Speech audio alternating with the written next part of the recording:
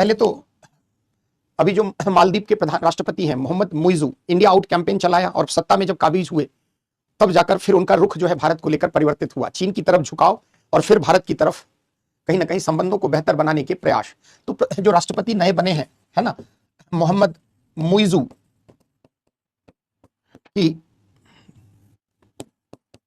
के द्वारा India out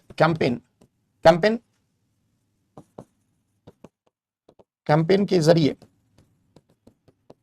सत्ता में वापसी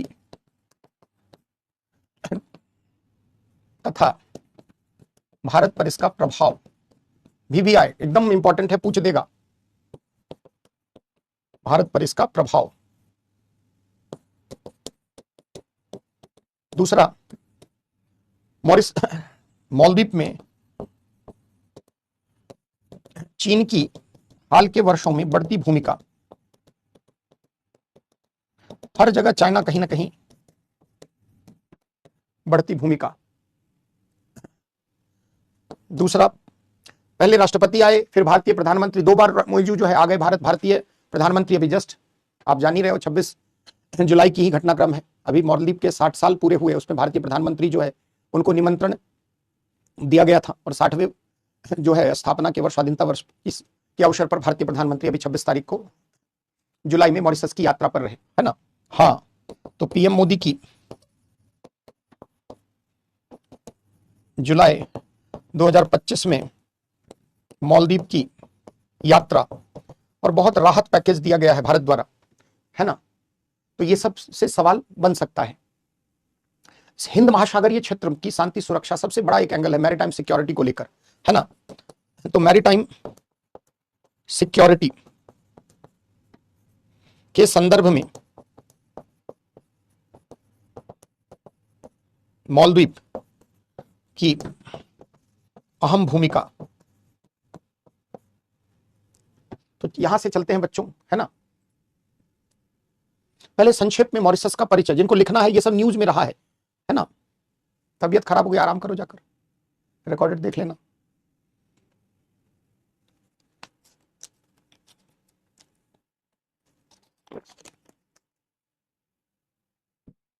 करंट से पूरा IR ही ऐड होता है, याद जाना क्या। IR में 40% कन्वेंशनल, 60% करंट। चलते हैं थोड़ा मालदीव का, भारत मालदीव संबंध का संक्षिप्त। पहले मालदीव का परिचय देख लेते हैं, है ना। मालदीव ऐसे भी लिखते हैं और मालद्वीप भी लिखते हैं, है ना। संक्षिप्त परिचय, जैसे अगर भारत का ये मेन आप ऐसे देखें तो आप सभी जानते हैं यहां पे आपका अंडमान निकोबार है ना। इधर आप देखें तो भारत के इस पार्ट में लक्षद्वीप है, यहां आपका श्रीलंका है और ठीक समुद्र में इस जगह जो है वह मालदीव है। भारत के मेन लैंड से 1200 किलोमीटर, अलग अलग जगह से अलग अलग डिस्टेंस है ना। कहीं से अगर आप देखें तो 760 किलोमीटर सबसे नजदीक में, लगभग 1200 किलोमीटर एक एवरेज डिस्टेंस माना जाता है। और भारत के सुदूर दक्षिण आप देख सकते हैं, पश्चिम में, आप दक्षिण पश्चिम में या दक्षिणी पार्ट में कह सकते हैं, मालदीव की अवस्थिति है। लक्षद्वीप हमारा है, यहाँ मिनिकॉय आइलैंड से पास भी पड़ता है। मालदीव से भारत के सांस्कृतिक संबंध रहे हैं, एथनिक रिलेशन हमारे रहे हैं। जैसे ऐसा माना जाता है कि 5वीं सदी ईसा पूर्व, है ना, भारत और श्रीलंका से ही लोग गए थे और इस मालदीव में जाकर बस गए थे और वहीं पर उनके वंशज जो हैं 1200 द्वीपों का यह नाम ही से स्पष्ट है। संस्कृत भाषा से इसका नाम भी लिया गया है, माला और द्वीप, उससे मिलकर जो है यह मालदीव बना है। यानी ये जो मालदीव है इसमें 1176 लगभग 1200 द्वीप समूह है, छोटे छोटे, है ना। और चारों तरफ आप देख सकते हैं कहां पर है इसकी स्थिति, हिंद महासागर में। और ये अगर आप देखें तो ग्लोबल वार्मिंग के कारण ऐसा माना जा रहा है कि अगर जलवायु परिवर्तन पर नियंत्रण नहीं लिया गया तो हो सकता है 21वीं सदी के अंत तक मालदीव पूरी तरह सबमर्ज हो जाएगा, वाटर में, पानी में डूब जाएगा, है ना। इसकी अवस्थिति आप देखें लगभग 1176 यानी 1200 द्वीप समूह है, छोटे छोटे, जो समुद्र में स्थित है, इसको एटॉल कहते हैं। जो इसकी राजधानी है बेसिकली आप देखें तो वो माले है। मालदीव की राजधानी क्या है? माले। छोटा सा एक द्वीपीय देश है, एक द्वीप नहीं है, 1200 द्वीप है, आप समझ सकते हैं, है ना। और ये भारत के आप देख सकते हैं तो सिर्फ दक्षिण पूर्व कह सकते हो, पूर्व नहीं, सॉरी, दक्षिण पश्चिम, ज्यादातर दक्षिणी छोर पे कह सकते हैं आप, है ना। तो सांस्कृतिक संबंध की बात करें तो 5वीं सदी ईसा पूर्व में भारत और श्रीलंका से ही लोग गए थे और वहां पर आप देखें तो हिंदू धर्म के, मुस्लिम, बुद्ध, हर एथनिक कम्युनिटी के लोग वहां पर रहते हैं, है ना। तो आप क्या लिख सकते हैं संक्षिप्त परिचय में कि भारत के सुदूरवर्ती, लिखते चले साथ साथ, दक्षिणी छोर पर, लिखो मैं बोलता हूं, है ना, भारत के सुदूरवर्ती दक्षिणी छोर पर हिंद महासागर में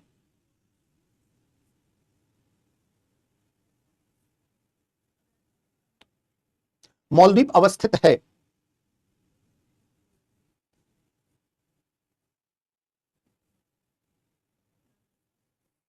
भारत की मुख्य भूमि से लगभग 1200 किलोमीटर की दूरी पर मालदीव अवस्थित है, जो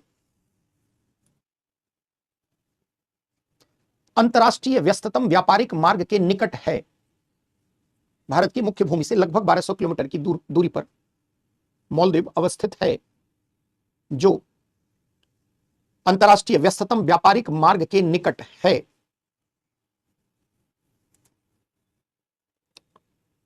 ऐसा माना जाता है कि 5वीं सदी ईसा पूर्व में, ऐसा माना जाता है कि 5वीं सदी ईसा पूर्व में भारत तथा श्रीलंका के लोग ही इस निर्जन द्वीप पर जाकर बसे थे। ऐसा माना जाता है कि 5वीं सदी ईसा पूर्व में भारत तथा श्रीलंका से ही लोग जाकर इस निर्जन द्वीप पर बसे थे।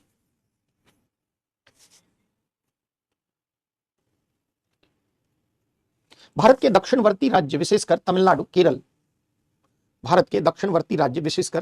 केरल से मालदीव के लोगों का सांस्कृतिक नृजातीय संबंध अत्यंत प्राचीन रहा है।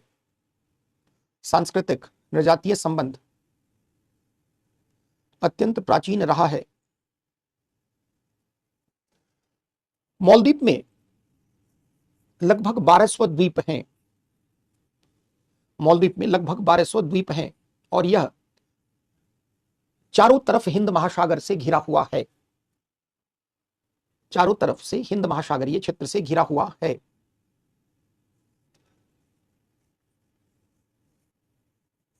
अब देखिए, थोड़ा सा मालदीव का पॉलिटिकल बैकग्राउंड जानते हैं। जैसे भारत ब्रिटेन का उपनिवेश रहा है, मालदीव भी ब्रिटेन का ही उपनिवेश रहा है ना।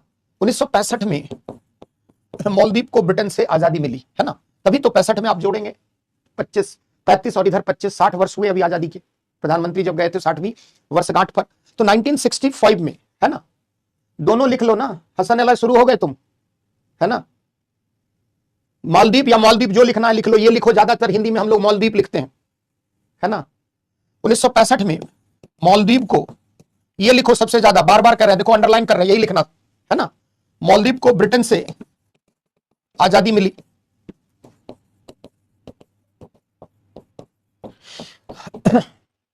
अब चूंकि भारत के नृजातीय एथनिसिटी के आधार पर सिमिलैरिटी है, चाहे केरल हो या तमिलनाडु के लोग जो है, आपने देखा श्रीलंका में भी एथनिक सिमिलैरिटी थी, तमिल लोग जो वहां थे, और यहां भी जो है तमिल लोग, बहुत सारे तमिल मूल के लोग यहां भी निवास करते हैं।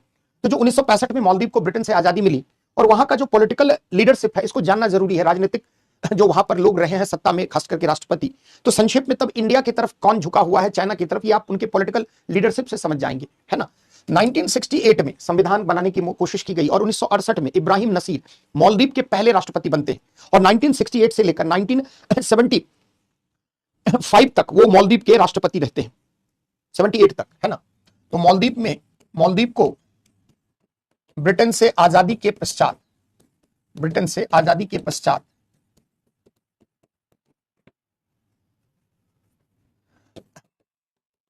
वहां का राजनीतिक नेतृत्व किनके हाथों में रहा है, संक्षेप में समझ लें, क्योंकि ये जानना जरूरी है ना। शुरुआत सबसे पहले वहां पर कौन बनते हैं, अगर आप देखें तो इब्राहिम नशीर, है ना। सबसे पहले इब्राहिम नशीर पहले राष्ट्रपति बनते हैं रूप में। इनका जो कार्यकाल है आप देखें तो 1968 से संवैधानिक व्यवस्था वहां स्टार्ट होती है और 1978 तक रूप में कार्यरत रहे। उसके बाद वहां पर एक लंबे अवधि के लिए, आपने सुना होगा गयूम साहब का नाम, मोमुन अब्दुल गयूम, ये वहां पर लंबे समय तक 1978 से लेकर 2008 तक ये वहां के राष्ट्रपति रहे। लोगों ने इनको तानाशाह के बारे में, इनको तानाशाह के रूप में भी देखा, है ना। तो अगला जो है इब्राहिम नशीर के पश्चात वहां के राष्ट्रपति कौन आते हैं, तो मोमुन अब्दुल गयूम,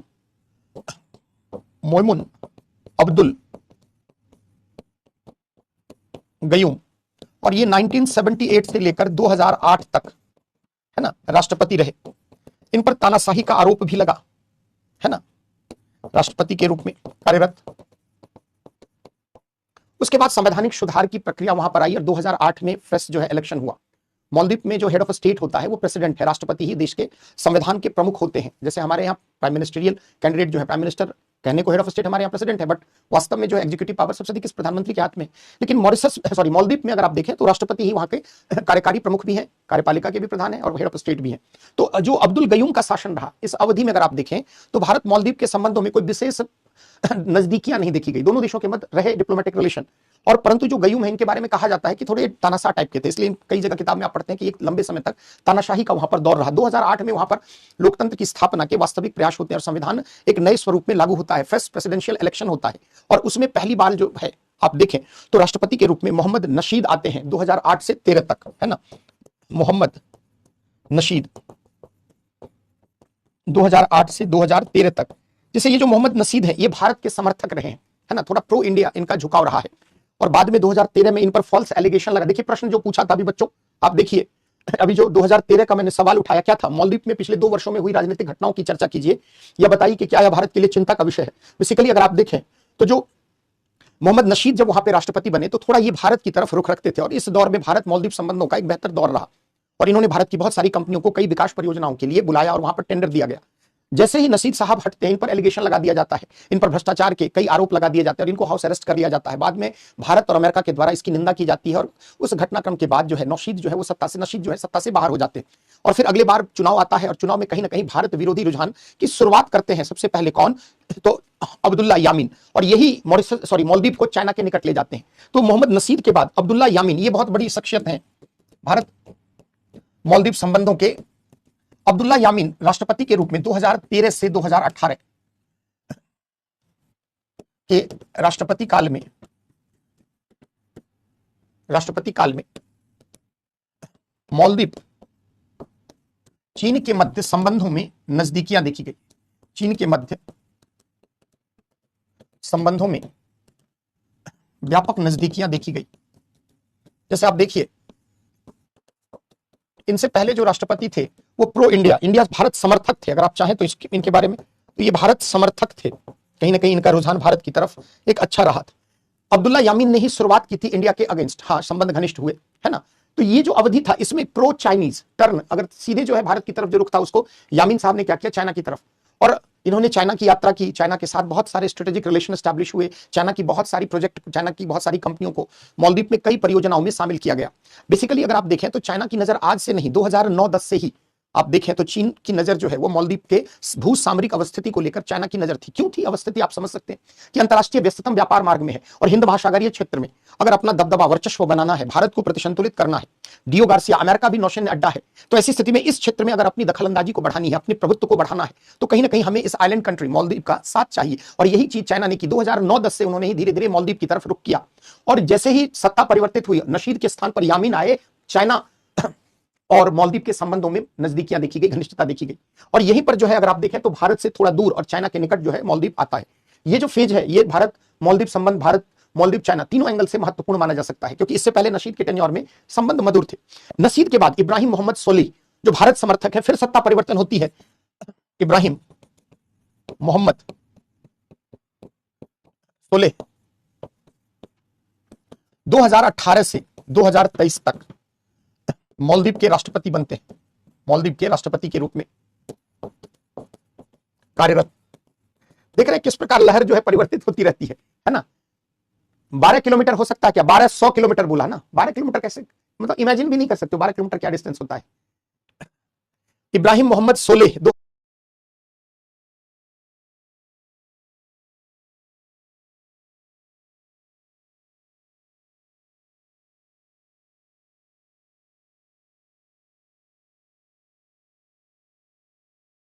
2018 से 23 तक मालदीव के राष्ट्रपति के रूप में कार्यरत, मालदीव के राष्ट्रपति के रूप में कार्यरत। अब ये जो है इन्होंने फिर भारत मालदीव संबंधों को पटरी पर लाने का प्रयास किया। धीरे धीरे इन्होंने चाइना, एक्चुअली हुआ क्या कि जो यामीन के टेन्योर में चाइना ने लगभग वहां पर $1.5 बिलियन का इन्वेस्टमेंट किया। और मालदीव आप समझ सकते हो कितना छोटा सा देश है, उसकी इकोनॉमी कितनी कम, मतलब छोटी सी इकोनॉमी है। वैसी स्थिति में उस पर चीन का डेट ट्रैप पॉलिसी जानबूझकर अतिरिक्त पैसा दिया गया ताकि मालदीव में इंफ्रास्ट्रक्चर के डेवलपमेंट के नाम पर मालदीव के इंटरनल मैटर में हस्तक्षेप किया जा सके। और जो बैलेंस ऑफ पेमेंट है या जो उसका इंटरेस्ट है जब वापस नहीं कर पाई मालदीव सरकार लिमिटेड टेन्योर में, वैसी स्थिति में इब्राहिम मोहम्मद सोलेह जब आते हैं तो चीन की इस कूटनीति को समझते हैं, है ना, और कि चीन जानबूझकर डिट्रैप में लेना चाहता है। और ऐसी स्थिति में उन्होंने चीन की कंपनियों से धीरे धीरे दूरी बनानी स्टार्ट की और उनका रुझान किधर आता है, भारत की तरफ, है ना। तो इब्राहिम मोहम्मद सोलेह के राष्ट्रपति के रूप में कार्यरत रहे और इस अवधि में अगर आप देखें, इस अवधि में भारत मालदीव संबंधों में सुधार देखा गया। क्यों? तो इनका रवैया प्रो इंडिया रहा। देखते हो कैसे सत्ता परिवर्तित होती है और जो है वहां पर जो है कहीं ना कहीं चाइना और इंडिया, ये हर नेपाल में भी आप यही देख रहे थे। इसी प्रकार बांग्लादेश में भी जब बांग्लादेश नेशनल पार्टी आती थी, नेशनलिस्ट पार्टी, तो चाइना की तरफ झुक जाती थी। अवामी लीग आई तो भारत की तरफ। ये हमारे आस पड़ोस में हर जगह ये चलता रहता है। और ऐसा माना जाता है कि चीन जो है वो अपनी कठपुतली सरकार जो है स्थापित करने के लिए बहुत सारा फंडिंग करता है। जो पॉलिटिकल हवा है ना, एक राजनीतिक हवा, एक ऐसा परिदृश्य बनाया जाए जहां पर चीन समर्थक सरकार जो है वो सत्ता में काबिज हो जाए। और यही चीज जो है वहां पर अलग अलग शासनकाल में, अलग अलग राष्ट्रपति के शासनकाल में देखा गया। जब तक नौशीद रहे, अगर नशीद रहे तो भारत के साथ बेहतर संबंध थे। उसके बाद यामीन आए तो भारत से दूर, चाइना के निकट ले गए। फिर जो है इब्राहिम मोहम्मद सोलेह आए और इस अवधि में भारत मालदीव संबंधों में बहुत मधुरता, कई डिफेंस कॉर्पोरेशन में भारत ने 2 एडवांस्ड लाइट है हेलीकॉप्टर भी प्रदान किए, बहुत सारे प्रोजेक्ट पर भारत की कंपनियों ने साइन किया। अब देखिए, अब इसी क्रम में क्या किया गया कि जो भारत का एक नौसैनिक बेड़ा है ना, हेलीकॉप्टर को चलाने के लिए या अन्य सर्वेलेंस सिस्टम को देखने के लिए भारत से नौसेना के जवान जो है लगभग 23-24 जवान जो है वहां पर मालदीव में रह रहे थे। अब ये मालदीव के प्रधानमंत्री, राष्ट्रपति एक नई कैंडिडेट के रूप में आते हैं। कौन? माले के मेयर मोहम्मद मोइजू। और वो एक कैंपेन चलाते हैं इंडिया आउट, है ना, कि भारत जो है उन्होंने अपने प्रेस कॉन्फ्रेंस में बार बार ये कहा कि भारत जो है मालदीव के आंतरिक मामलों में अनावश्यक हस्तक्षेप कर रहा है और जानबूझकर मालदीव में अस्थिरता लाना चाहता है। इसलिए उन्होंने नारा ही दिया कि इंडियन आउट कैंपेन। और उन्होंने कहा कि जो भारत की सेना, नेवल आर्मी के जवान वहां पर है ना, वो क्या किया जाएगा, उनको जैसे ही वो राष्ट्रपति बनेंगे, सत्ता में जैसे ही आएंगे, वो पहले ही दिन जो है भारत के जितने भी नेवल आर्म फोर्स के लोग हैं उनको हटा दिया जाएगा। और इंडिया आउट कैंपेन वहां पर चला, है ना। और ऐसी स्थिति में जो नए राष्ट्रपति के रूप में कौन आ जाते हैं, तो मोहम्मद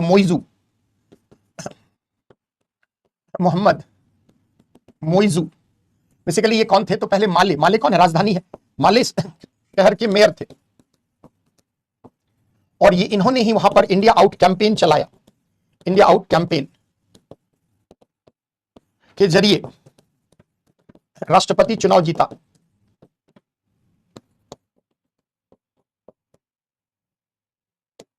अब देखिए बच्चों, जैसे ही ये सत्ता में काबिज हुए, इन्होंने क्या किया, अपने राष्ट्रपति पद में नियुक्त होने के बाद अगर आप देखें तो जनवरी 2024 में, दिसंबर के आसपास चुनाव होता है, जनवरी 2024 में इन्होंने भारतीय नौसेना कर्मियों को मालदीव छोड़ने का आदेश दिया और भारत मालदीव संबंधों में तल्खियां देखी जाने लगी।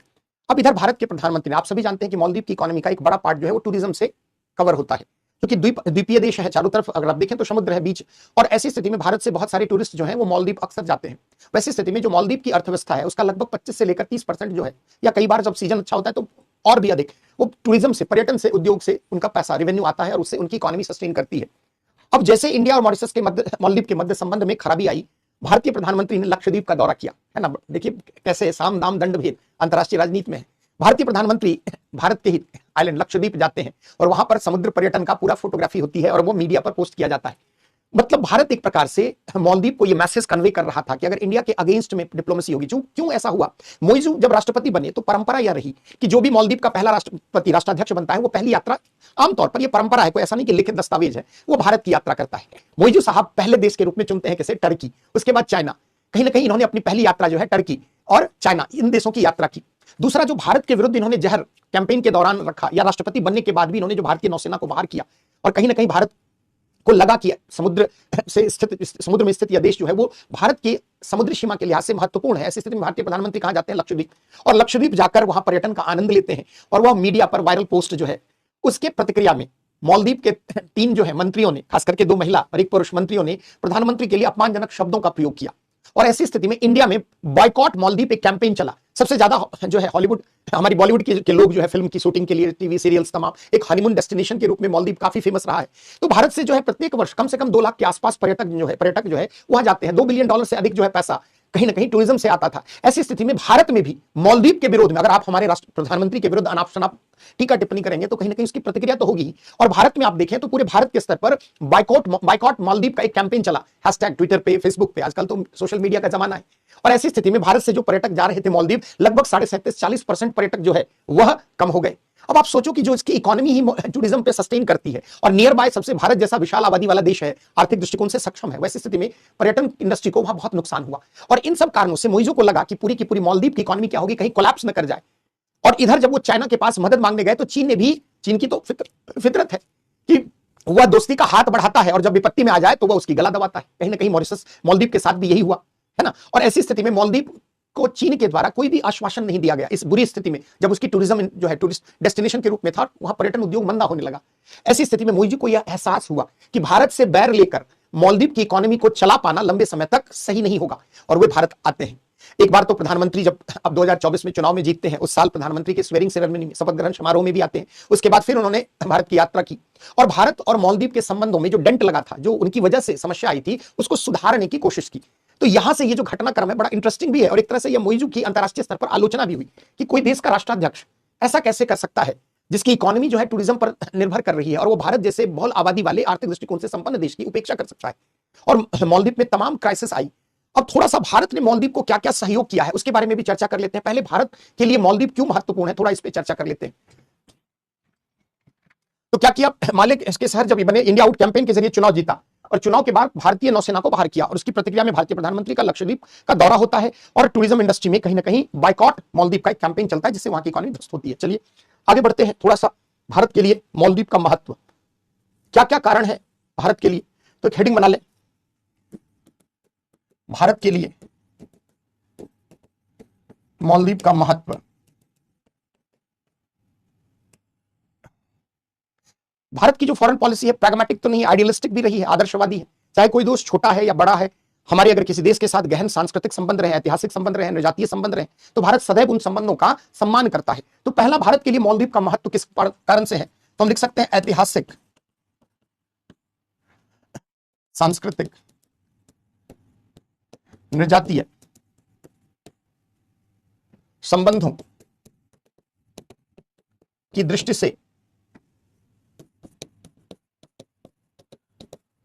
मालदीव का महत्व। दूसरा जो सबसे बड़ा है, मालदीव की भू सामरिक अवस्थिति है ना, हिंद महासागर के दक्षिणी छोर पर मालदीव की भू सामरिक अवस्थिति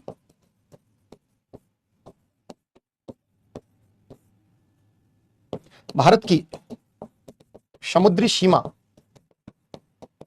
की सुरक्षा, निर्जातीय मतलब एथनिक, जैसे किसी व्यक्ति समूह समुदाय के पहचान का वह बिंदु जो उसे किसी अन्य समूह समुदाय से अलग करता है, जैसे भाषा, संस्कृति, प्रजातीयता, धर्म। किसी की भाषा हो सकती है हिंदी, हो किसी की भाषा अंग्रेजी है, तो ये निर्जातीय आधार है ना। तो हिंद महासागर के दक्षिणी छोर पर मालदीव की भू सामरिक अवस्थिति भारत की समुद्री सीमा की सुरक्षा की दृष्टि से अत्यंत महत्वपूर्ण व संवेदनशील, अत्यंत महत्वपूर्ण व संवेदनशील।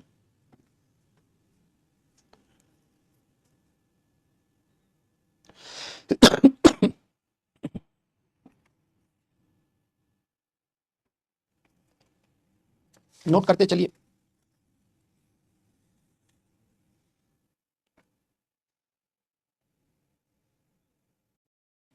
भारत की समुद्री सीमा की सुरक्षा की दृष्टि से अत्यंत महत्वपूर्ण व संवेदनशील। चलिए आगे, व्यस्ततम अंतरराष्ट्रीय व्यापारिक मार्ग से निकटता के कारण भी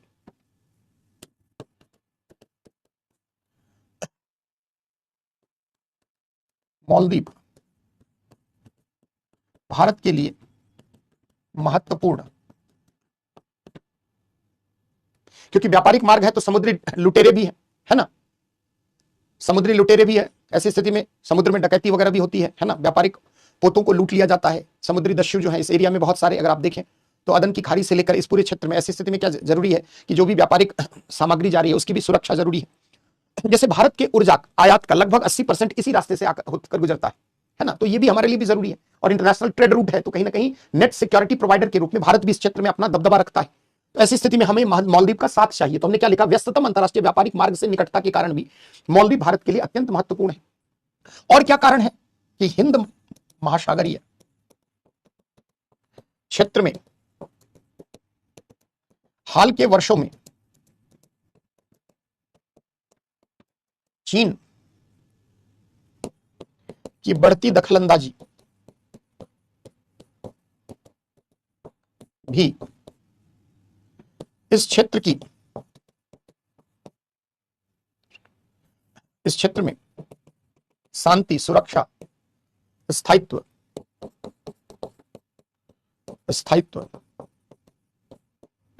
की दृष्टि से खतरा या चुनौती। ऐसी स्थिति में भारत को साथ चाहिए। आ रहे हैं ज्ञानेश शुक्ला, धैर्य रखो, बता रहे हैं, चिंता न करो, सब आ रहे हैं। ऑपरेशन नीर, वैक्सीन, ऑपरेशन कैक्टस, सब आ रहे हैं, चिंता क्यों कर रहे हैं। हम अभी पढ़ क्या रहे हैं, पहले देखिए भारत के लिए मालदीव का महत्व। मालदीव के लिए जब भारत का महत्व पढ़ोगे तो वो सब आएगा, है ना। चलिए, तो हिंद महासागरीय क्षेत्र में हाल के वर्षों में चीन की बढ़ती दखलंदाजी भी इस क्षेत्र में शांति, सुरक्षा, है ना, स्थायित्व की दृष्टि से खतरा। ऐसी स्थिति में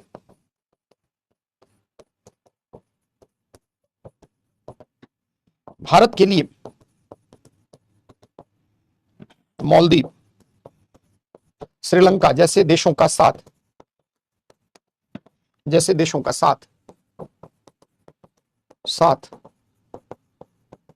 महत्वपूर्ण। कई फोरम पे भारत मालदीव जो है, जैसे सार्क में है, बिम्स्टेक में है, IORA में है, तो इंडियाज नेबरहुड पॉलिसी के लिए भी मालदीव। तो भारत के लिए अगर हम महत्व देखें तो और भी हम अंतरराष्ट्रीय जो राजनीतिक स्तर पर है उसकी भी चर्चा कर लेते हैं।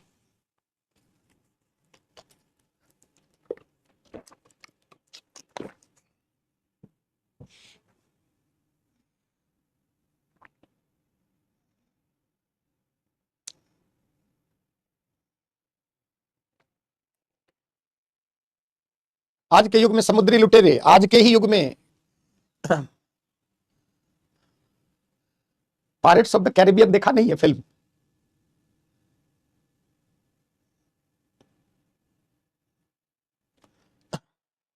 चलते हैं, नोट कर लिया होगा। समुद्री मार्ग द्वारा हथियार, मादक द्रव्यों की तस्करी, अवैध तस्करी,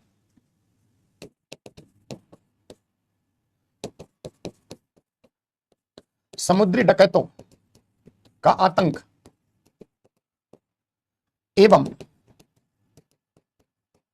आतंकवाद जैसे मुद्दों से निपटने में हेतु भी मालदीव भारत के लिए महत्वपूर्ण।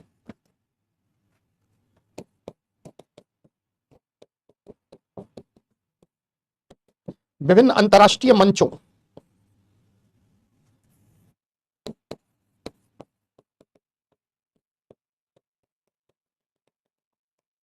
मंचों जैसे सार्क, बिम्स्टेक, IORA पर भारत व मालदीव साथ साथ भारत सरकार की पहले पड़ोस की नीति एवं सागर, याद है कल भी कई बार सागर की चर्चा हुआ, है ना,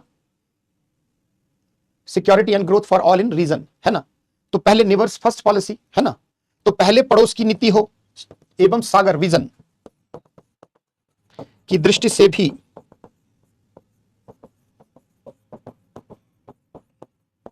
मालदीव महत्वपूर्ण।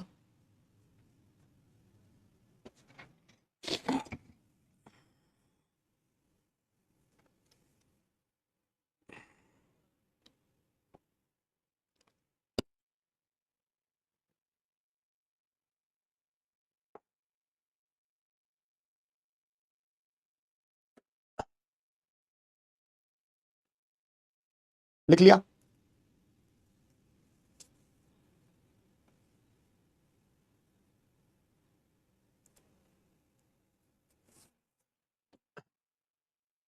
तो ये तो आपने क्या देखा, क्या हम पढ़ रहे थे, भारत के लिए मालदीव क्यों महत्वपूर्ण है। थोड़ा सा मालदीव के लिए भी इंडिया का सिग्निफिकेंस उस पर चर्चा कर लेते हैं। तो अलग से एक हेडिंग बना लीजिए, मालदीव के लिए भारत का महत्व। मालदीव के लिए भारत का महत्व। जब जब मालदीव में कोई संकट आया, चाहे वह राजनीतिक संकट हो, चाहे सुरक्षा संबंधित या कोई अन्य मानवतावादी कोई भी संकट आया, भारत ने सदैव मित्रवत हाथ जो है बढ़ाया है मालदीव की तरफ। जैसे 1988 में मालदीव में एक कू होता है, सैन्य तख्ता पलट। एक्चुअली जो पहले राष्ट्रपति थे इब्राहिम नसीर पर इसका इल्जाम लगाया जाता है। जो गयूम सरकार थी, है ना, वो जो है गयूम सरकार के विरोध में सैन्य तख्ता पलट का अभियान जो है वह मालदीव में चलाया गया। और उसमें वहां वहीं के मालदीव के मूल के ही एक श्रीलंका के बिजनेसमैन जिनका नाम था अब्दुल्ला लुत्फी, उनके द्वारा श्रीलंका से जो peoples liberation organisation of Tamil, जैसे श्रीलंका में लिट्टे ही नहीं थे, कई अन्य तमिल संगठन थे, उनके लड़ाकों को भारे पर बुलाया गया और मालदीव में एक सैन्य तख्ता पलट की कोशिश की गई। और वैसी स्थिति में कई बार मालदीव ने कई देशों से समर्थन मांगा, जैसे यूएसए से, यूके से, परंतु इस क्रम में किसी देश ने मदद नहीं की। उसका कारण ऐसा नहीं था कि मंशा नहीं थी, बल्कि भौगोलिक दूरी के कारण। और विपरीत परिस्थिति में भारतीय सेना द्वारा अगर आप देखें तो वह ऑपरेशन कैक्टस चलाया गया, जिसमें भारतीय सेना द्वारा ये जो सैन्य तख्ता पलट संबंधित प्रयास था उसको विफल किया गया।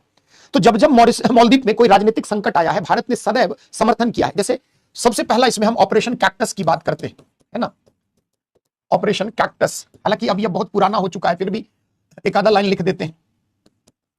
1988 में लिख लीजिए, इसमें मालदीव में तत्कालीन राष्ट्रपति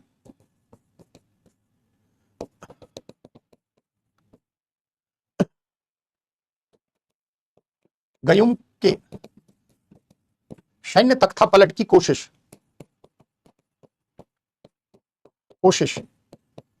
को भारतीय नौसेना द्वारा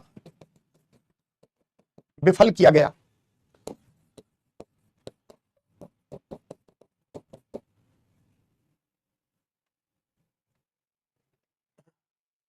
आईओआरए पहले भी तो बताया है, इंडियन ओशन रिम एसोसिएशन, है ना, ऑस्ट्रेलिया से लेकर अफ्रीका तक के जो भी हिंद महासागर में स्थित देश हैं, जैसे लगभग 23 देश इसके मेंबर हैं।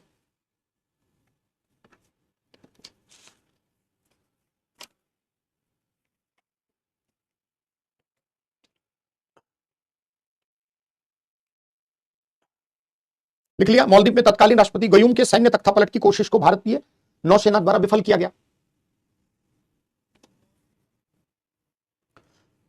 2014 में माले में जो वाटर ट्रीटमेंट प्लांट है ना, उसमें तकनीकी खराबी आ जाने के कारण पूरे माले शहर को पानी की किल्लत का सामना करना पड़ा। वैसी स्थिति में भारत सरकार द्वारा, है ना, ऑपरेशन नीर चलाया गया, है ना, और ऑपरेशन नीर के जरिए, है ना, हमने वहां पर पानी की बोतल या पानी से संबंधित मदद की। तो भारत ने कई बार, जब सुनामी की लहर आई और उससे पूरे के पूरे क्षेत्र में समस्या आई, तो भारत ने सुनामी के समय भी रिलीफ का काम किया है। तो ऑपरेशन नीर 2014 में ये भी एक इंपॉर्टेंट माना जाता है। ऑपरेशन नीर, नीर का मतलब पानी होता है ना। लिख लीजिए, माले शहर में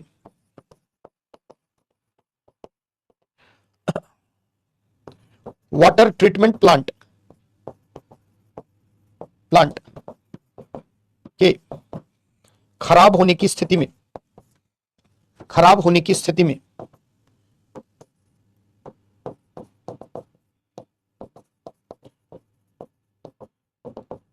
भारत द्वारा पानी सप्लाई किया गया, पानी की आपूर्ति की गई।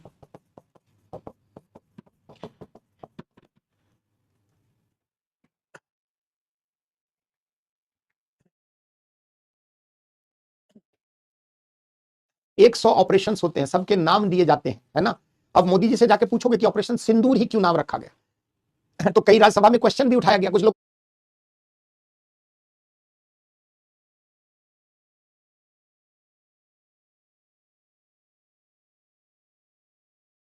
मैंने कहा कि हमारी माता बहनों के सुहाग को छीन लिया गया, इसलिए।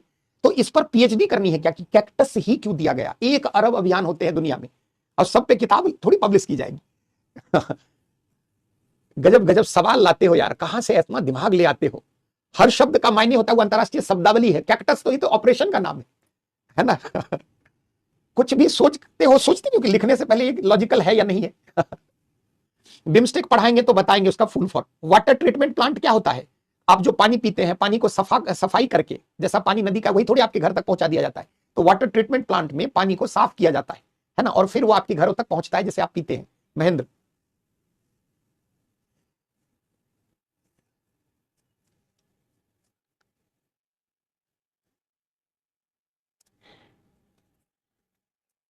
दो हजार बीस में लिख लो तेजी से, कोविड-19। आप समझे कि मैं क्यों कमेंट ऑफ कर देता हूं। कोविड-19 के दौर में भारत सरकार द्वारा वैक्सीन डिप्लोमेसी के तहत मालदीव को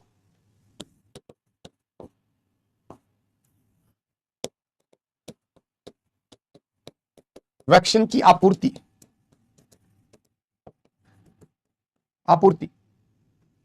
चलिए,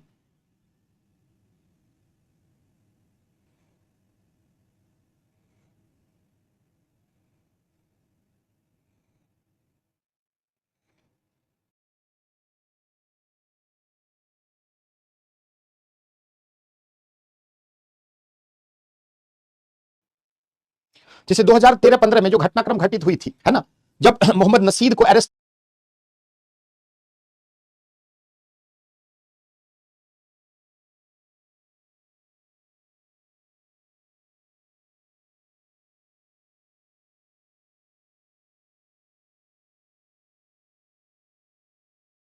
किया गया था, भ्रष्टाचार कई आरोप लगाए गए उन पर। वैसी स्थिति में इंडिया और यूएस ने इंटरवीन किया और कहीं ना कहीं उनको जेल हाउस अरेस्ट किया गया था, फिर जेल ले जाने की बात हुई।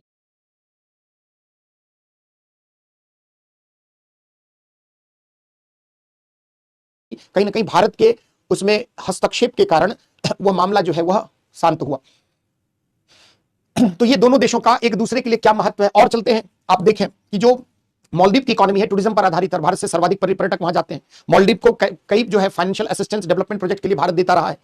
तो भारत द्वारा अगर आप देखें तो बहुत सारे इनको जो है फंड, फाइनेंशियल असिस्टेंस प्रोवाइड किए गए। तो एक दो पॉइंट और लिख लें। देखिए, मालदीव की पर्यटन पर निर्भर अर्थव्यवस्था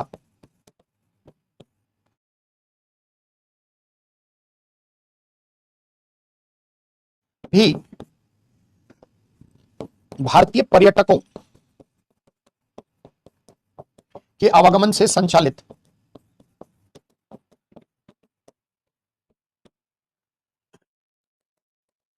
भारत द्वारा विभिन्न विकास परियोजनाओं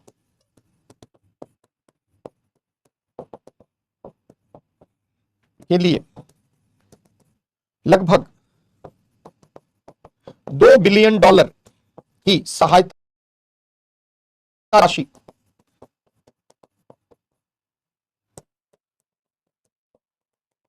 प्रदान की गई।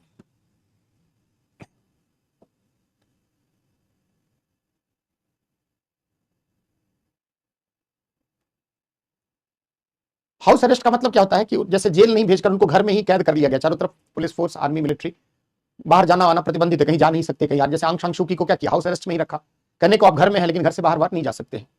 हमेशा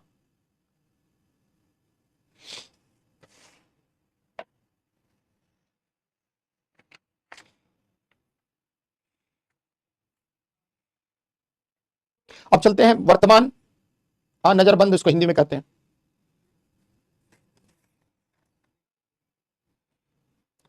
भारत मालदीव संबंधों का बरहालिया स्वरूप हो गया, नोट कर लिया।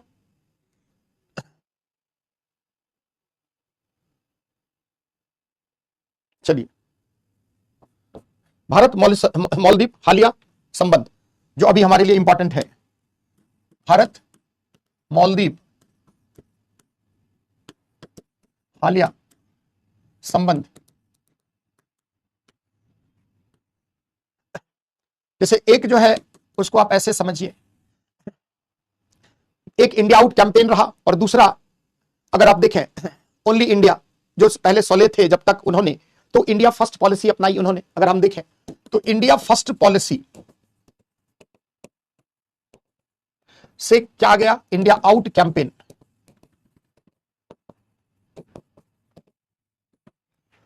इब्राहिम मोहम्मद सोलेह जब ये राष्ट्रपति रहे, कब से कब तक, 2018 से 23 तक, तो इन्होंने इंडिया फर्स्ट पॉलिसी अपनाई वहां पर, है ना। यानी अगर आप देखें तो वह इंडिया फर्स्ट पॉलिसी के तहत चाइना से दूरी बनाई, क्योंकि चाइना के डेट ट्रैप में मालदीव आ चुका था, और जो लोन के रिपेमेंट को लेकर, इंटरेस्ट के पेमेंट को लेकर बहुत सारी समस्या आ गई, और जो मालदीव की इकोनॉमी है उस पर ओवरबर्डन दिखा गया। वैसी स्थिति में सोलेह जब आते हैं राष्ट्रपति शासनकाल में, ये इनसे पहले अब्दुल्ला यामीन ने पूरी तरह से चाइना के पक्ष में मालदीव को लाकर खड़ा कर दिया था, लेकिन ये आते हैं और इंडिया फर्स्ट पॉलिसी बनाते हैं, जिसमें भारत की कंपनियों को ठेका दिया गया मालदीव के कई बृहद परियोजनाओं में, और भारत के साथ संबंधों को मधुर किया गया, क्योंकि इनसे पहले यामीन ने चाइना के साथ संबंध को मजबूत किया और भारत से दूरी बना ली। और ऐसी स्थिति में अगर आप देखें तो इंडिया फर्स्ट पॉलिसी से इंडिया आउट कैंपेन चलाने वाला शख्स कौन है, जो वर्तमान में राष्ट्रपति है ना, मोहम्मद मोइजू। क्या है इंडिया आउट कैंपेन, मैंने शुरू में भी चर्चा कर दी आपको, है ना, कि जब राष्ट्रपति चुनाव के लिए आए तो इन्होंने अपनी कैंडिडेचर डिसाइड होते ही, माले के पहले ये मेयर थे, और इन्होंने इंडिया भारत विरोधी एक अभियान चलाया, जिसमें कहा गया कि भारत की सेना जो मालदीव की संप्रभु क्षेत्र पर सीमा में स्थित है उनको बाहर किया जाएगा, भारत की कंपनियों को ठेका जो दिया जा रहा है उसमें अनियमितता है, और कहीं ना कहीं भारतीय कंपनियों को टेंडर नहीं दिया जाएगा। तो ये इंडिया आउट कैंपेन के जरिए ये सत्ता में काबिज होते हैं, और सोलेह की हार होती है 23 के अंत तक चुनाव होता है, 24 में राष्ट्रपति के रूप में आते हैं मालदीव में। और आने के बाद शुरुआत में ये कहा जाते हैं तो पहले टर्की और फिर चाइना की यात्रा करते हैं, और चाइना के साथ संबंध में नजदीकी आती है।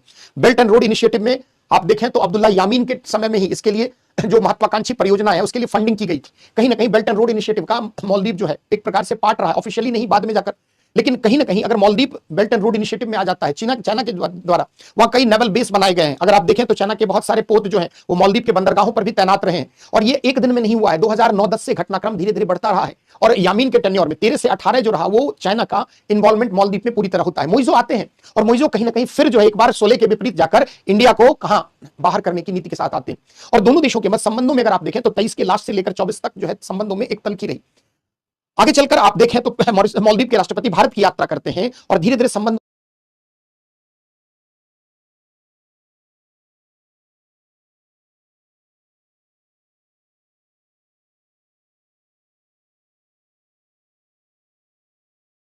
को सुधारने की पहल की जाती है। और ऐसी स्थिति में वर्तमान में प्रधानमंत्री का मालदीव में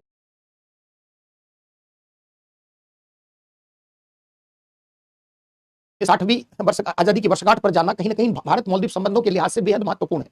तो थोड़ा सा जो हालिया घटना, हालिया का मतलब होता है हाल फिलहाल का, इतना सवाल छोटा छोटा चीज भी नहीं आता है क्या जी, हालिया मतलब हाल के 2-4 सालों में, है ना। तो थोड़ा सा संबंधों का जो वर्तमान स्वरूप है इसमें ये इंपॉर्टेंट है ना, यहां से प्रश्न बनाएगा। मैंने जो आपको क्वेश्चन भी लिखने दिया है, देखिए प्रश्न भी मैंने आपको दिया था, वो इसी कॉन्टेक्स्ट में पूछेगा। जैसे आप देखिए, मालदीव में हालिया सत्ता परिवर्तन भारत मालदीव संबंधों को किस प्रकार प्रभावित कर रहा है, दोनों देशों के मध्य बेहतर संबंध स्थापना के हालिया प्रयास, हाल फिलहाल में जो हुए है ना उसकी चर्चा करें, है ना। तो थोड़ा सा घटनाक्रम के बारे में संक्षेप में यहां पर नोट कर लीजिए।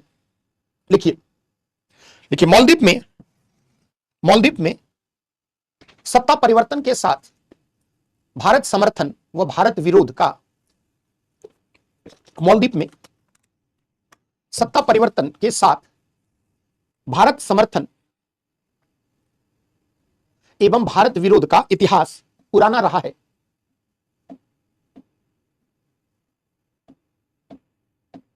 सत्ता परिवर्तन के कारण भारत मालदीव के संबंध भी, सत्ता परिवर्तन के कारण भारत मालदीव के संबंधों में भी नजदीकी व दूरी देखी जाती रही है,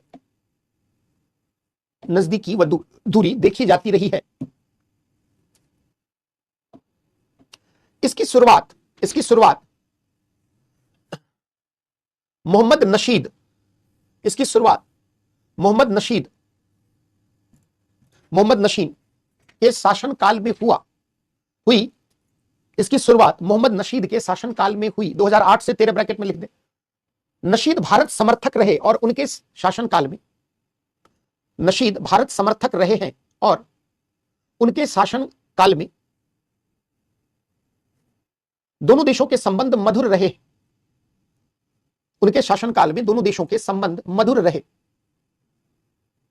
परंतु सत्ता परिवर्तन के बाद ही सत्ता परिवर्तन के पश्चात अब्दुल्ला यामीन के राष्ट्रपति बनते ही परंतु सत्ता परिवर्तन के बाद अब्दुल्ला यामीन के राष्ट्रपति बनते ही भारत विरोध एवं चीन समर्थन का एक नया दौर मालदीव में देखा गया। भारत विरोध एवं चीन समर्थन का एक नया दौर मालदीव में देखा गया। यामीन के द्वारा चीन के साथ आर्थिक व रणनीतिक संबंधों यामीन के द्वारा चीन के साथ आर्थिक व रणनीतिक संबंधों को मजबूत करने से संबंधित आर्थिक व रणनीतिक संबंधों को मजबूत करने से संबंधित कई फैसले लिए गए जिसमें मालदीव में चीन का एक नौसैन्य अड्डा बनाना प्रस्तावित था। चीन का एक नौसैन्य अड्डा बनाना प्रस्तावित था। इस अवधि में चीन द्वारा मालदीव में $2 बिलियन से अधिक राशि निवेशित की गई। इस अवधि में चीन द्वारा मालदीव में $2 बिलियन से अधिक की राशि निवेशित की गई तथा चीन की कंपनियों के द्वारा कई विकास परियोजनाओं का निर्माण किया गया, जिसमें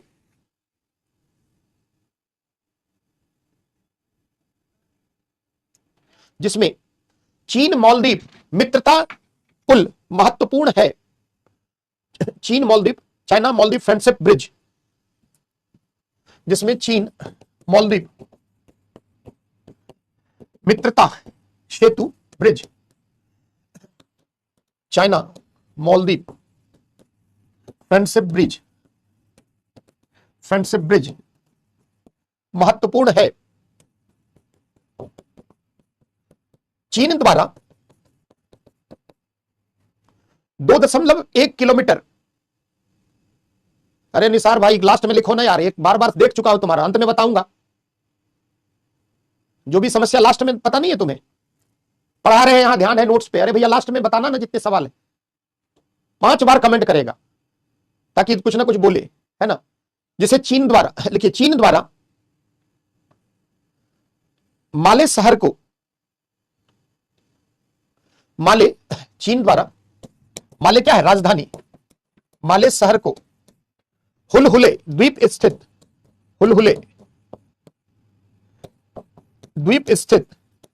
वेलेना अंतर्राष्ट्रीय हवाई अड्डे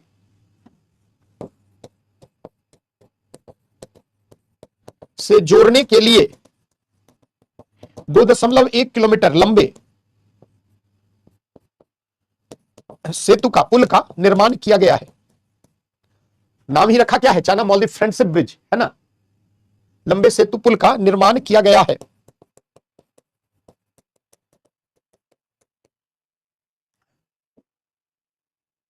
आ रहे हैं, सब आ रहे हैं।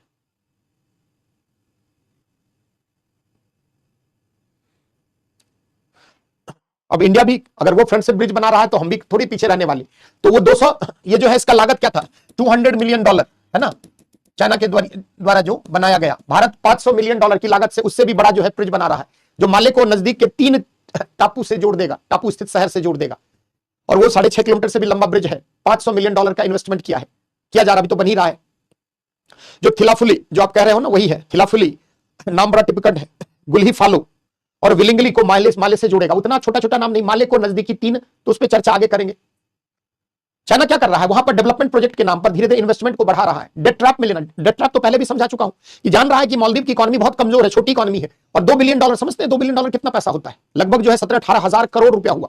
सोच सकते हैं कि एक छोटे से देश के लिए 18 हजार करोड़ रुपया का अगर आप लोन, तो लोन की इंटरेस्ट का रिपेमेंट कैसे होगा। जब रिपेमेंट नहीं होगा तो आप क्या कहेंगे कि ये टेंडर जो हमने, ये कंपनी जो है चाइना की कंपनी को ये दे दो कहीं ना कहीं लीज पर। तो ये उसकी चाल है ना। अभी जो मुइजू का यूटर्न हुआ, वो क्यों यूटर्न हुआ, क्योंकि जब चाइना ने लोन रिपेमेंट को लेकर मालदीव पर हाथ सख्त किए, क्योंकि मालदीव में इंडिया आउट कैंपेन के जरिए आ गए।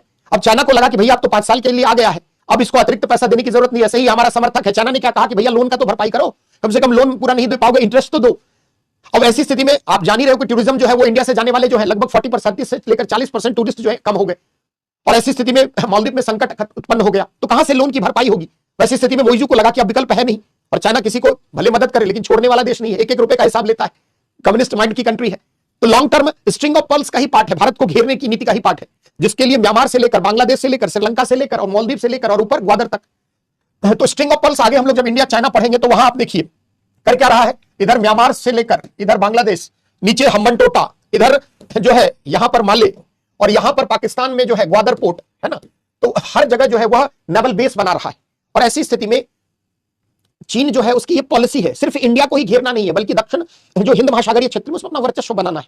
तो जब मुइजू लोन का रिपेमेंट नहीं कर पाए, इकोनॉमी जो है उनकी क्राइसिस के दौर में जाने लगी, तो उन्हें लगा कि अब क्या करना होगा, तो भारत की शरण में जाना होगा।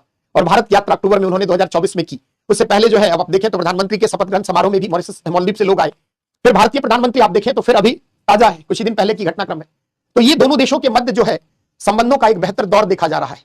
चलिए, तो ये चीन की बढ़ती भूमिका जो है वो आप इसको बता सकते हैं कि चाइना ने लगभग $2 बिलियन से अधिक पैसा वहां पंप किया है ना। अब भारत चुप तो नहीं बैठेगा, अगर पड़ोस में हमारा ऐसा गतिविधि हो रही है तो भारत तो शांत नहीं बैठेगा। तो भारत क्या कर रहा है ना, तो भारत के द्वारा हालिया प्रयास, जैसे आपने देखा कि मोहम्मद मोइजू जो है वो अक्टूबर में भारत की यात्रा की उन्होंने, फिर जनवरी में उन्होंने भारत की यात्रा की, भारतीय प्रधानमंत्री को निमंत्रण दिया कि आप हमारे 60वीं जो है आजादी की वर्षगांठ में आप आए, और भारतीय प्रधानमंत्री मालदीव की यात्रा पर गए, और दोनों देशों के मध्य संबंधों का एक दौर, जो संबंधों में तल्खियां थी उसको सुधारने का काम किया गया। भारत द्वारा $575 मिलियन लगभग 4000 करोड़ रुपए का एक लाइन ऑफ क्रेडिट जो है प्रदान किया गया। प्रधानमंत्री अभी जस्ट घोषणा हुई कि जो भारत क्या करेगा कि उनको एक लाइन ऑफ क्रेडिट प्रदान करेगा, $575 मिलियन, नॉट बिलियन, 4000 करोड़ के आसपास की राशि जो है भारत उनको प्रदान करेगा। तो थोड़ा भारत से मालदीव संबंधों का हालिया उसके बारे में कुछ 2-4 बिंदु नोट कर लीजिए, लिखिए। मोइजू के राष्ट्रपति बनने के पश्चात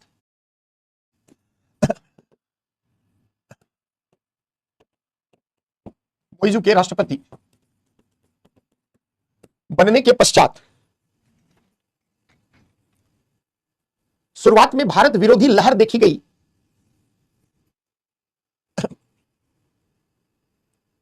भारत विरोधी लहर देखी गई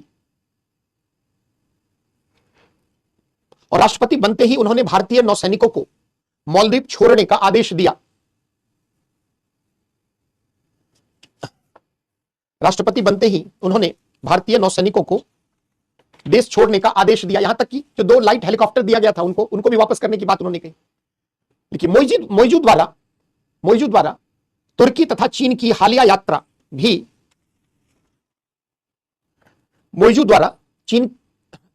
तुर्की और चीन की हालिया यात्रा भी भारत के लिए चिंता का सबब बना।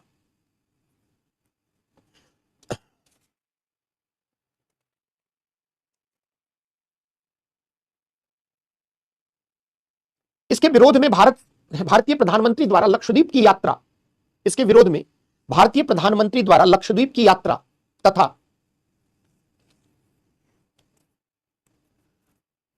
भारतीय प्रधानमंत्री की लक्षद्वीप की यात्रा तथा सोशल मीडिया पर बाइकॉट मालदीव, बाइकॉट मतलब बहिष्कार, बाइकॉट मालदीव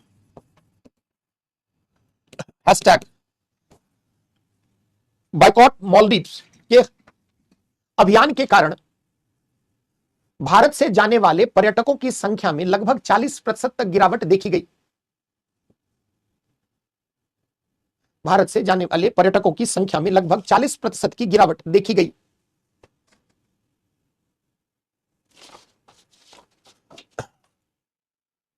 जिससे मालदीव की अर्थव्यवस्था को लगभग $2 बिलियन की राशि का नुकसान हुआ। जिससे मालदीव की अर्थव्यवस्था को लगभग $2 बिलियन की राशि का नुकसान हुआ।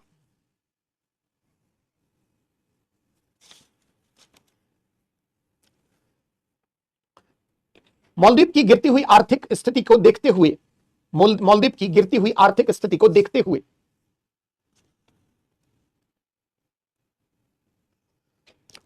मोइजू द्वारा 6 से 8 अक्टूबर 2024 में भारत की यात्रा की गई।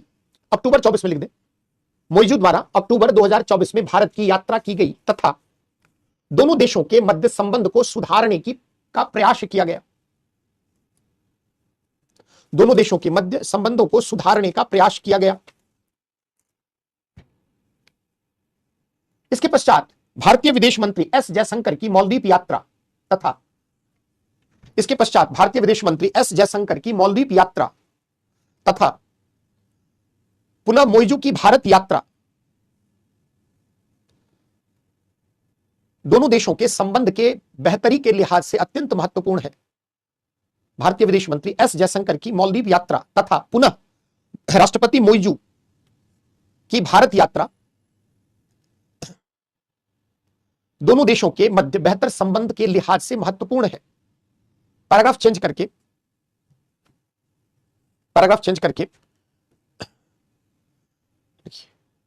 मालदीव के राष्ट्रपति मोइजू के निमंत्रण पर भारतीय प्रधानमंत्री द्वारा मालदीव के 60वीं आजादी की वर्षगांठ पर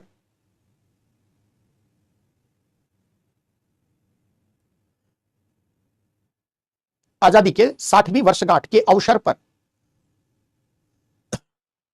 26 जुलाई 2025 में को मालदीव की यात्रा की गई जो बहुत हद तक सफल यात्रा मानी जा रही है।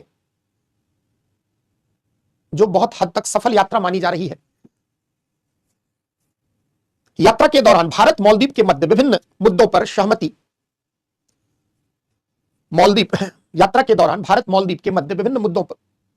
सहमति बनाए जाने के साथ साथ निम्न गतिविधियां देखी गई। क्या क्या हुआ उसमें से की कुछ पॉइंट है। जैसे पहला क्या है कि भारत द्वारा 575 मिलियन डॉलर लगभग 4,000 करोड़ रुपए के आसपास का लाइन ऑफ क्रेडिट मालदीव को प्रदान किया गया, जो मालदीव को आर्थिक संकट से उबरने में मदद करेगा।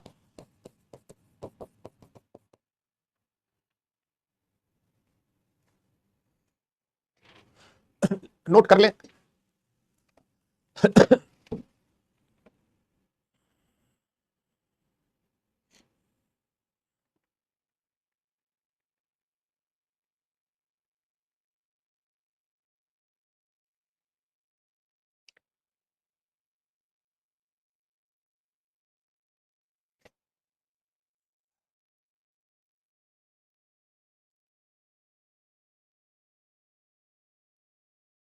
लिख लिया।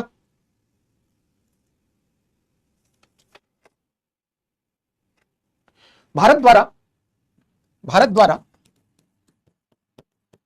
माले में निर्मित रक्षा मंत्रालय के भवन उद्घाटन किया गया।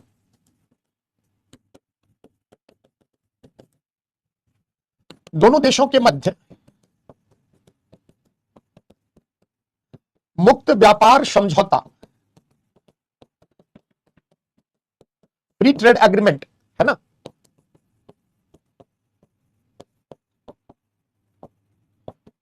हेतु सहमति बनाने के प्रयास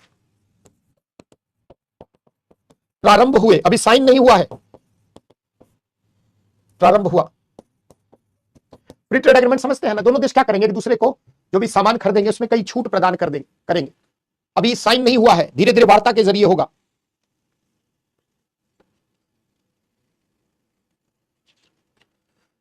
स्वास्थ्य के क्षेत्र में आरोग्य मैत्री हेल्थ क्लब 2 भारत द्वारा वहां बनाया जाएगा।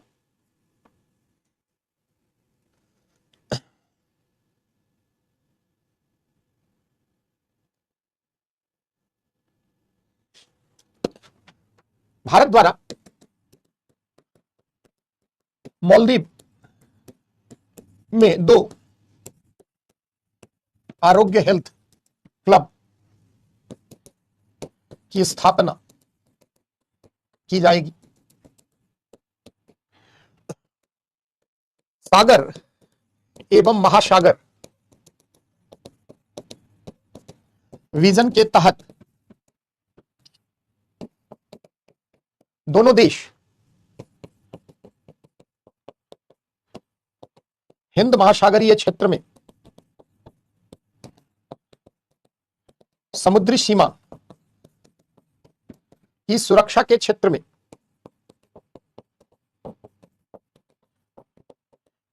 परस्पर सहयोग करेंगे।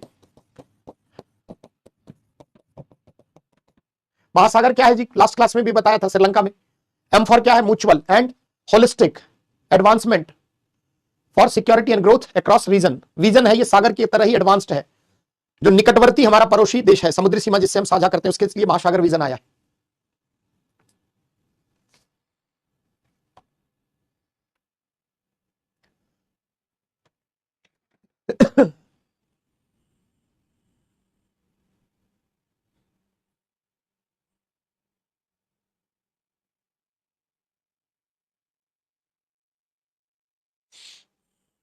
और भी छोटे छोटे जैसे 3300 जो है हाउसिंग सोसाइटी यूनिट बनाएगा। पहले से ही बहुत सारी परियोजना चल रही है, लगभग $800 मिलियन का परियोजना, जिसमें आपको बताया कि जो 6.5 किलोमीटर से भी लंबी जो है मालिक को कनेक्टिविटी प्रदान करने के लिए भारत, तो ये सब समझौता हुआ है। अब देखिए ओवरऑल निष्कर्ष हमारा क्या होगा। भारत मालदीव की जरूरत हमें है, उन्हें भी हमारी है, लेकिन चूंकि हम एक उभरती हुई अर्थव्यवस्था है और अंतरराष्ट्रीय व्यापार मार्ग से निकटता या हिंद महासागरीय क्षेत्र में हमारी अवस्थिति, चीन को प्रतिसंतुलित करना हो, चाहे इस क्षेत्र में शांति सुरक्षा स्थायित्व को बहाल करना हो, इस क्रम में भारत मालदीव का साथ हमेशा चाहता है। और दोनों देशों के मध्य संबंधों में जो दूरी रही, उस अवधि में चाइना को वहां प्रवेश करने का एक समय मिल गया। तो भारत कभी नहीं चाहेगा कि मालदीव जैसे छोटे से देश की उपेक्षा करे, क्योंकि भूसामरिक अवस्थिति इसकी अत्यंत महत्वपूर्ण है ना। और इसके कारण जो है भारत जो है वह मालदीव को हमेशा अपने निकटवर्ती पड़ोसियों में महत्वपूर्ण स्थान देता है। तो यहां से प्रश्न इसी डायमेंशन में बन सकता है। चलिए, 1 अरब चीजें साइन होती है ज्ञानेश शुक्ला जी, है ना। सब अगर लिखने लग जाएंगे तो प्रश्न जो है पूछा जाएगा कि इस संबंध को 10,000 शब्द में लिखे, है ना। तो की हाइलाइट्स जो है 2-4 वही आपको लिखने का समय मिलेगा, है ना। चलिए, अब किसी को भारत मालदीव संबंध में कोई डाउट है, सवाल है तो पूछिए, है ना। कल हम लोग क्या पढ़ेंगे? भारत पाकिस्तान संबंध। पूरा इतिहास पढ़ना जरूरत नहीं है ना। तो संक्षेप में जो ऐतिहासिक संबंध है उसकी संक्षिप्त चर्चा करते हुए समकालीन संबंधों पर हम लोग बल देंगे। तो भारत पाकिस्तान संबंध कल हम लोग पढ़ेंगे। भावनाओं पर नियंत्रण रखकर क्लास में कल आना, है ना। देशभक्ति राष्ट्रवाद के आंधी पे सवार होकर नहीं आना, बहुत, है ना। यहां तक कोई सवाल किसी के मन में है तो पूछिए। अनावश्यक आज भी 2-4 लोग, अभिषेक राजपूत सुधर जाओ बेटा, है ना, नहीं तो सुधार दिए जाओगे।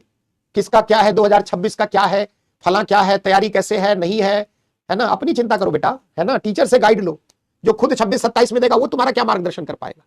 चलिए, जिनको कोई सवाल नहीं है, गुड नाइट, शुभरात्रि। ऐसे क्लास रखोगे तो कमेंट ऑन रखेंगे, अदरवाइज ऑफ कर देंगे, क्योंकि अनावश्यक। चलिए ठीक है। हाँ, कल की रात 14 अगस्त, सही बात। जिनको जेन्युइन सवाल है, कोई डाउट है तो वो पूछिए, अन्यथा शुभरात्रि, good night, thank you very much. Answer writing कैसे करो? आंसर राइटिंग प्रश्न पढ़कर उसकी मुख्य मांग को समझकर संक्षिप्त भूमिका की एक रफ स्ट्रक्चर बना लो, सुमित राठौर, है ना। उसका एक रफ स्ट्रक्चर बना लो कि ये मुझे लिखना है, और 10-20 आंसर पहले लिखो। धीरे धीरे जो है लिखने की शैली, आपको ये शब्द जो हम लोग लिख रहे हैं, शांति सुरक्षा स्थायित्व भारत का दृष्टिकोण, इन सब से जो है मदद मिलेगी, है ना। China Maldives friendship bridge 2.1 kilometre लंबा ब्रिज बनाया है समुद्र में, है ना। जो वेलाना एयरपोर्ट है वो हुलहुले आइलैंड पर है, और माले और हुलहुले के बीच में फेरी चलती थी, है ना। कि आप माले से गए और लास्ट पॉइंट तक आप जहाज पकड़ना है, अगर अब हवाई अड्डा कहाँ है, वेलाना में है, तो फिर आप स्टीम बोट या जहाज की मदद से आप हुलहुले जाइए, और वहीं पर वेलाना आइलैंड था। तो दोनों के बीच में समुद्र ही हर जगह। तो 2.1 किलोमीटर लंबा $200 मिलियन की लागत से चाइना ने एक पुल बनाकर गिफ्ट दिया, जिसका नाम क्या है? चाइना मालदीव फ्रेंडशिप ब्रिज, है ना। चलिए, हाँ बिल्कुल, पीडब्ल्यू की बुक से पढ़कर आइए, है ना। अनावश्यक इधर उधर ज्यादा नहीं भटकना है ना। जो समकालीन मुद्दा, इतिहास नहीं पूछेगा, कश्मीर मुद्दा क्या है नहीं पूछेगा, संक्षेप में उसकी चर्चा कर लेनी।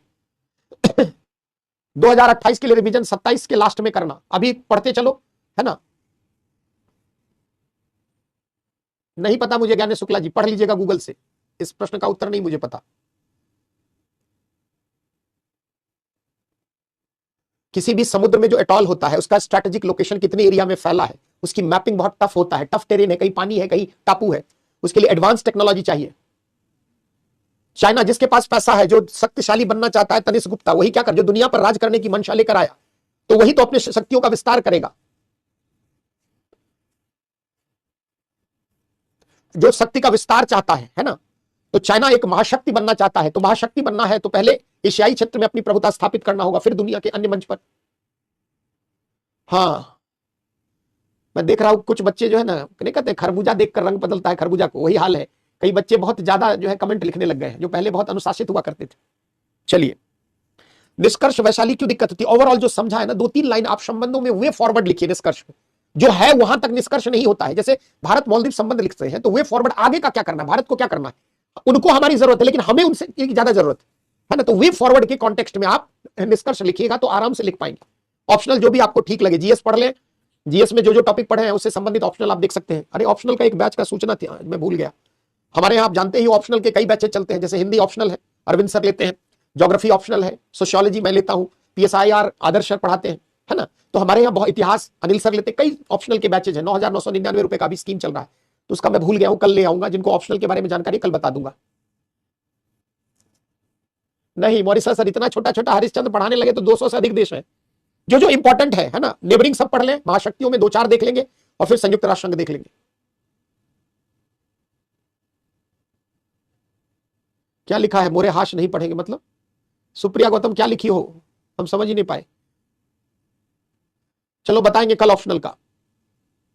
अब प्रतिमा ये तुम्हारा डिसीजन होगा, मैं कैसे बता सकता हूं? तुम्हें जो रुचिकर लगता है, दोनों विषय पढ़कर 2-4 किताब देख लो, अच्छा जो लगे। इसमें मैं कैसे बताऊं? प्री के लिए कितने क्वेश्चन सॉल्व करें? प्री के लिए हर साल क्वेश्चन के जैसा आता है उसके अकॉर्डिंग टारगेट बना लो कि 100 में कम से कम 50 सही निगेटिव काट कर करना है, अगर चाहते हो हर हाल में प्रीलिम्स क्लियर हो, है ना। कि 100 में कम से कम 50 प्रश्न आपके सही होने चाहिए, यानी 100 मार्क्स। क्योंकि वेरी करता है, क्वेश्चन हल्का तो कट ऑफ ऊपर, क्वेश्चन ट्विस्टेड टफ तो कट ऑफ नीचे। कोई हर साल इंडिया फंडिंग नहीं करता है। विद्यासागर ये जो प्रोजेक्ट, जो लाइन ऑफ क्रेडिट दे रहे हैं, क्या कर रहे हैं आप? फंडिंग तो दे रहे हैं, इंफ्रास्ट्रक्चर में काम कर रहे हैं। हाँ, India America, India Russia, India European union भी पढ़ाएंगे। चलिए, ऑप्शनल 2028 के लिए 27-26 के लास्ट में, है ना। चलिए, सोशियोलॉजी का तो मैं टीचर हूं तो अच्छा ही बताऊंगा, लोग भी ठीक ठाक कहते हैं, देख सकते हो जाके। चलिए, अच्छा मॉरिशस बोल रही है, मॉरिशस नहीं पढ़ाएगा ना, इतने सारे देश हैं, कुछ कुछ आपको खुद से भी पढ़ना है। चलिए ठीक है, बहुत बहुत धन्यवाद आप सबका, थैंक यू वेरी मच। कल इंडिया पाकिस्तान रिलेशन पढ़ेंगे, एक बार जो भी सोर्स है आपके पास, हिस्ट्री थोड़ा पढ़कर आएंगे संक्षेप में, इतिहास पर ज्यादा चर्चा नहीं करेंगे हम लोग, सीधे करंट पर, है ना। थोड़ा संबंधों में क्या क्या रहा है उसके बारे में हम लोग चर्चा कर लेंगे। चलिए, शुभ रात्रि, गुड नाइट,